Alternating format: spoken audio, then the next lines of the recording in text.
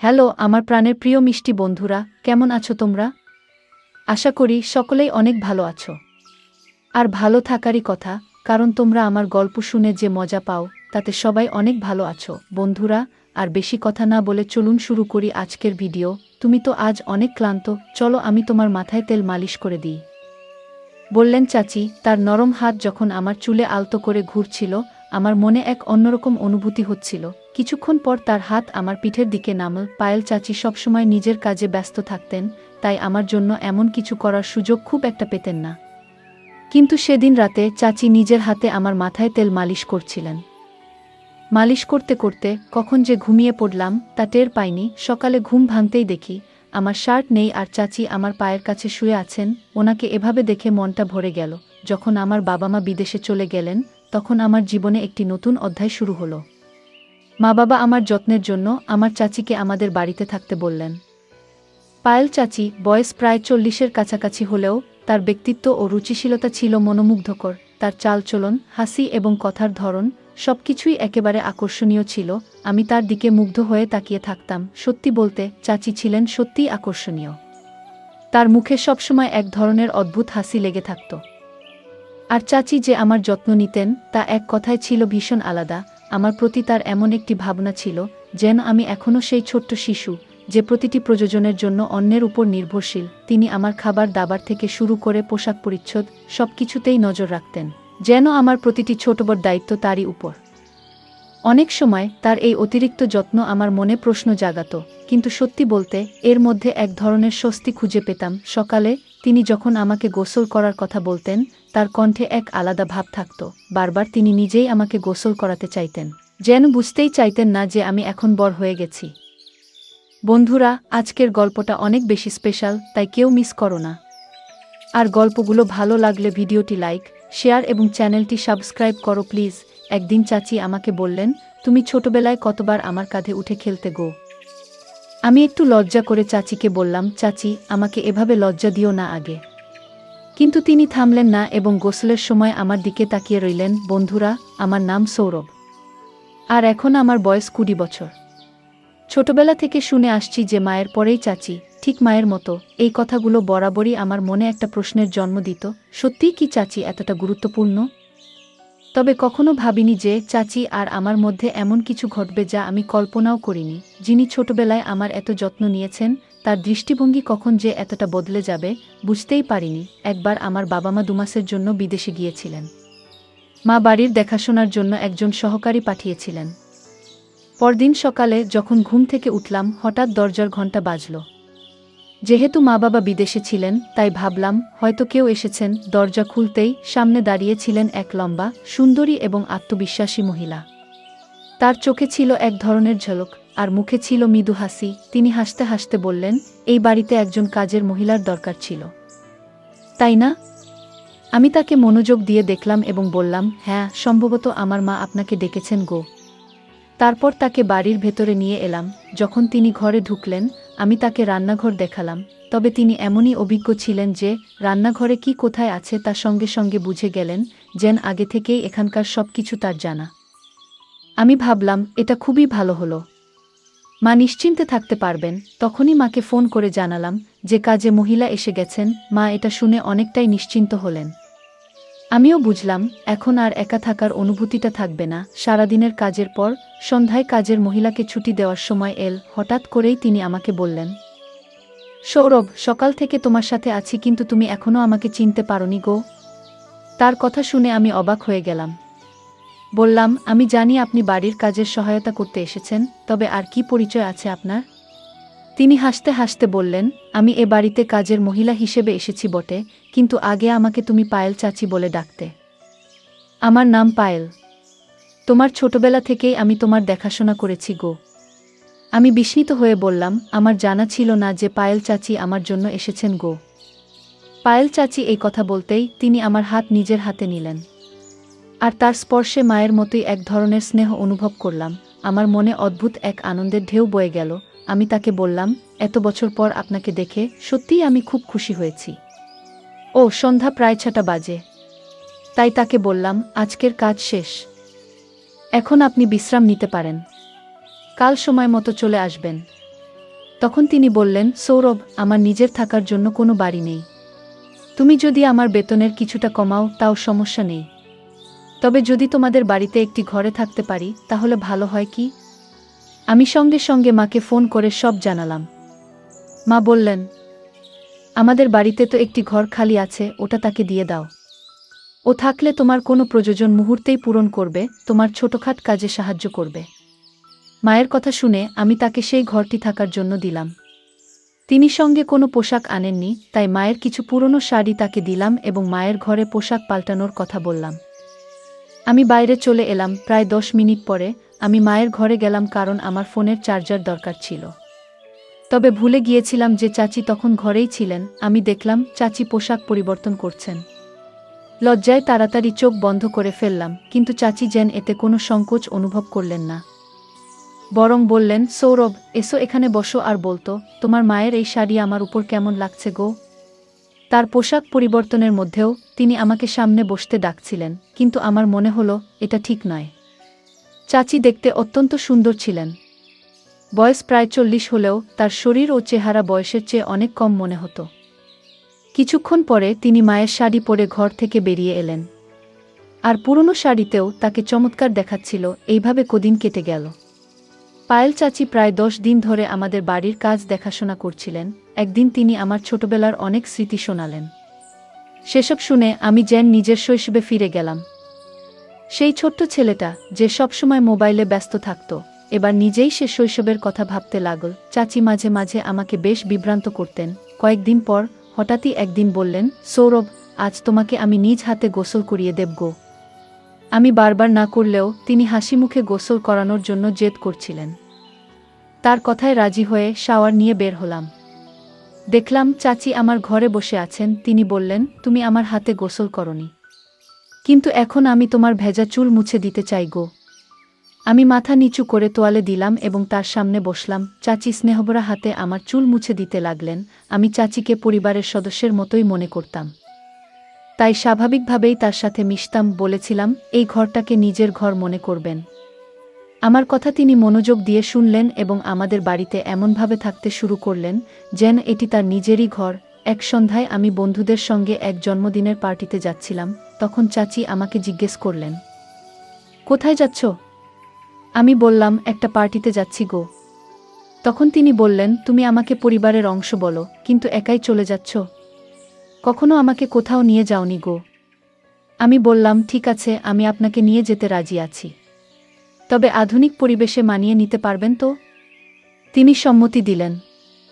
আমি বললাম, মায়ের ঘর থেকে ভালো একটা শাড়ি পরে প্রস্তুত হয়ে আসুন গো। পার্টিতে যখন পৌঁছালাম তখন আমার বন্ধুরা তাকে দেখে ভেবেছিল তিনি আমার বান্ধবী। চাচি এমনই উপস্থিতির অধিকারী ছিলেন যে সবাই ধরে নিয়েছিল তিনি আমার সঙ্গী। চাচি হেসে হেসে বন্ধুদের বললেন, আমি সৌরভের বন্ধু গো। পরে আমি চাচিকে জিজ্ঞাসা করলাম, এভাবে পরিচয় দিলেন কেন? তিনি মুচকি হেসে বললেন, তোমার বন্ধুরা যা ভেবেছে তা দেখে তোমার মুখ দেখার মতোই ছিল। আমি হেসে বললাম, মাফ চাওয়ার কিছু নেই, ঠিকই করেছেন গো। সেদিন রাতেই চাচি আমার ঘরে এসে বললেন, তুমি অনেক ক্লান্ত হয়ে পড়েছ, আজ তোমার মাথায় তেলের মালিশ করে দিই গো। তার স্নেহমাখা হাত যখন আমার চুলে ঘুরতে লাগলো, আমার গায়ে কাটা দিয়ে উঠল। তারপরে আস্তে আস্তে তার হাত আমার পিঠে চলে গেল। মা সবসময় ব্যস্ত থাকতেন, তাই এভাবে তেল মালিশ করে দেওয়ার সময় তার পক্ষে পাওয়া সম্ভব ছিল না। মনে পড়ে না কবে মা শেষবার আমার মাথায় তেল মেখে দিয়েছিলেন। পায়েল চাচিও সাধারণত এতটা সময় দিতে পারতেন না, কিন্তু সেদিন রাতে তিনি নিজের হাতে আমার মাথায় তেল মালিশ করছিলেন। মালিশের আরাম পেয়ে কখন যে গভীর ঘুমে তলিয়ে গিয়েছিলাম বুঝতেই পারিনি। পরদিন সকালে ঘুম থেকে উঠে দেখি পায়েল চাচি আমার পায়ের কাছে শুয়ে আছেন। তাকে জাগিয়ে হেসে বললাম, তুমি আমার পায়ের কাছে কি করছো? চাচি মুচকি হেসে বললেন, গত রাতে তোমাকে মালিশ করতে করতে আমারও ঘুম চলে এসেছিল গো। সকালে চাচি হঠাৎ আমাকে একটা প্রশ্ন করলেন যা আমাকে ভাবিয়ে তুল। তিনি বললেন, গত রাতে যখন তোমার কাঁধে হাত রেখেছিলাম তুমি এত তাড়াতাড়ি ঘুমিয়ে পড়লে, তোমার মা কি কখনো তোমার মাথায় মালিশ করতেন না? আমি সরাসরি কিছু বলিনি, কারণ জানতাম মা সবসময় তার কাজ নিয়ে ব্যস্ত থাকেন। তাই পরিবর্তে বললাম, না না, আমার মা সবসময় আমার যত্ন নেন, এমন কিছু নয়। পায়েল হেসে মাথা নাড়লেন এবং বাইরে চলে গেলেন। এরপর আমরা দুজন একসঙ্গে নাস্তার টেবিলে বসলাম। ঠিক তখনই কলিং বেল বেজে উঠল। দেখি মা এবং বাবা দুজনেই বাড়ি ফিরে এসেছেন। তাদের দেখে আমি খুব খুশি হলাম। বাড়িতে ঢুকতেই দেখলাম বাবার দৃষ্টি পায়েল চাচির উপর আটকে আছে, যেন তিনি তাকে নতুনভাবে দেখছেন। পায়েল সেদিন এত সুন্দর লাগছিলেন যে বাবার দৃষ্টি তার উপর থেকে সরছেই না। বাবার মনোযোগ অন্যদিকে ফেরাতে আমি কাছে গিয়ে তাকে আলিঙ্গন করলাম। মা পায়েলকে ভালোভাবেই চিনতেন, তাই মা পায়েলকে আলিঙ্গন করলেন। সেদিন রাতে খাবারের সময় দেখলাম বাবা আবারও পায়েলের দিকে অন্যরকম ভাবে তাকিয়ে আছেন। কেন তিনি তাকে এত মনোযোগ দিয়ে দেখছেন তা বুঝতে পারছিলাম না। তবে বাবার এভাবে তাকানো আমার একটু অস্বস্তি হচ্ছিল। রাতের খাবার শেষে বাবা তার ঘরে চলে গেলেন, আর পায়েল রান্নাঘর পরিষ্কার করছিলেন। কাজ শেষ করে তিনিও তার ঘরে চলে গেলেন।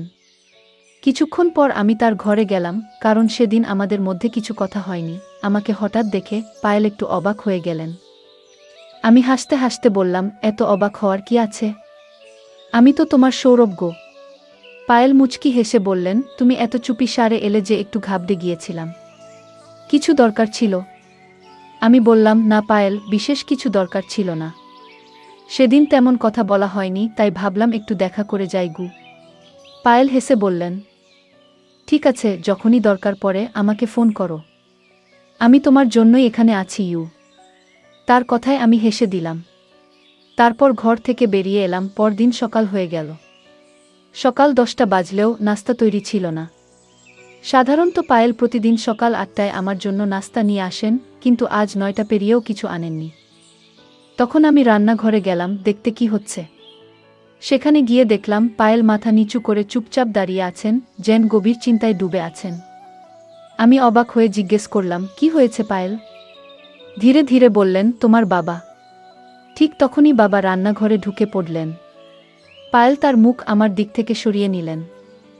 গতকাল থেকেই বাবা পায়েলের দিকে অন্যরকমভাবে তাকাচ্ছিলেন, যা আমার নজর এড়ায়নি। পায়েল কেবল আমার আত্মীয় নন, তিনি আমার খুব কাছের একজন বন্ধু হয়ে উঠেছেন, এবং আমি তার সাথে এমন আচরণ সহ্য করতে পারছি না।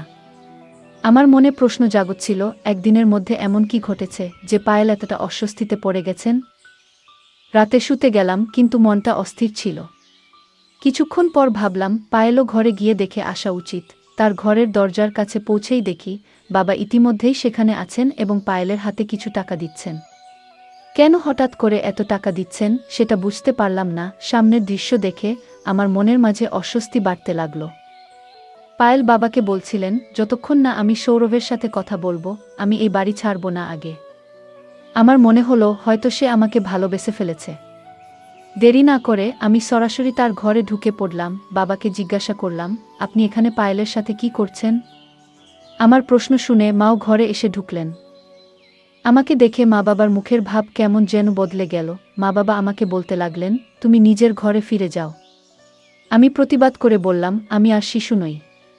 আমি জানতে চাই এখানে আসলে কি ঘটছে এবং আপনি পায়েলের সাথে কি করছেন গো। ঠিক তখনই পায়েল আমার কাছে এসে আমাকে জড়িয়ে ধরে কাঁদতে লাগলেন।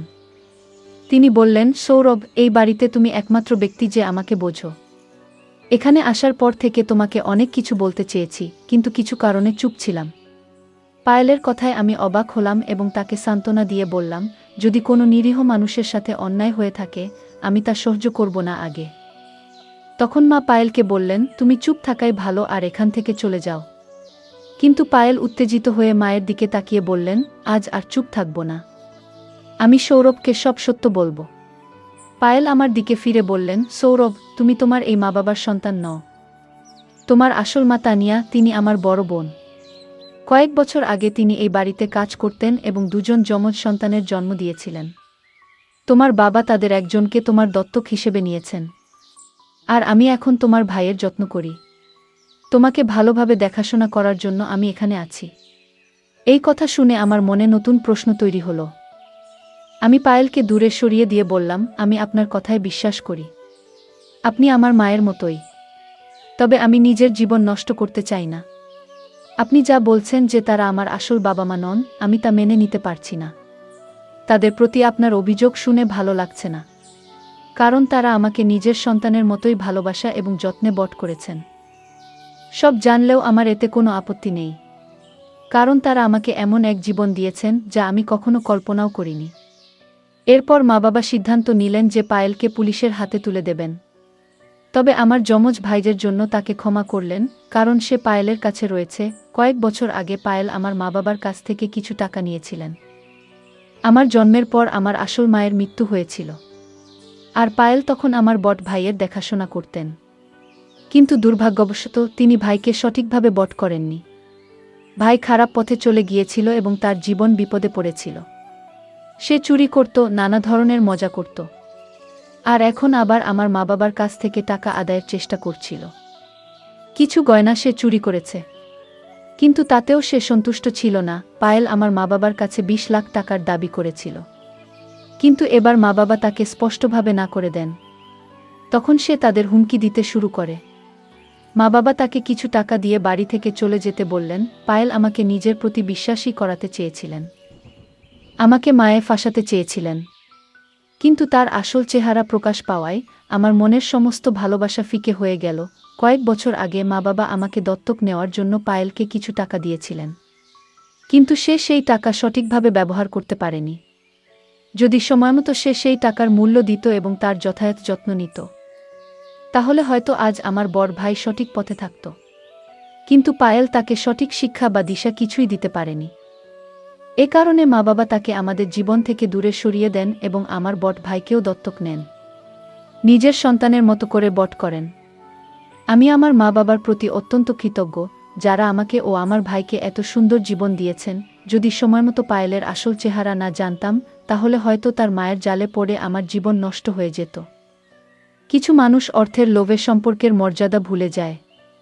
সম্পর্কের মান এবং সম্মান রক্ষা আমাদের জীবনের অন্যতম গুরুত্বপূর্ণ নীতি। প্রতিটি সম্পর্কের একটি নিজস্ব অর্থ ও উদ্দেশ্য থাকে। সম্মান, বিশ্বাস ও শালীনতা ছাড়া কোনো সম্পর্ক সত্যিকার অর্থে সুখ ও সন্তুষ্টির উৎস হতে পারে না।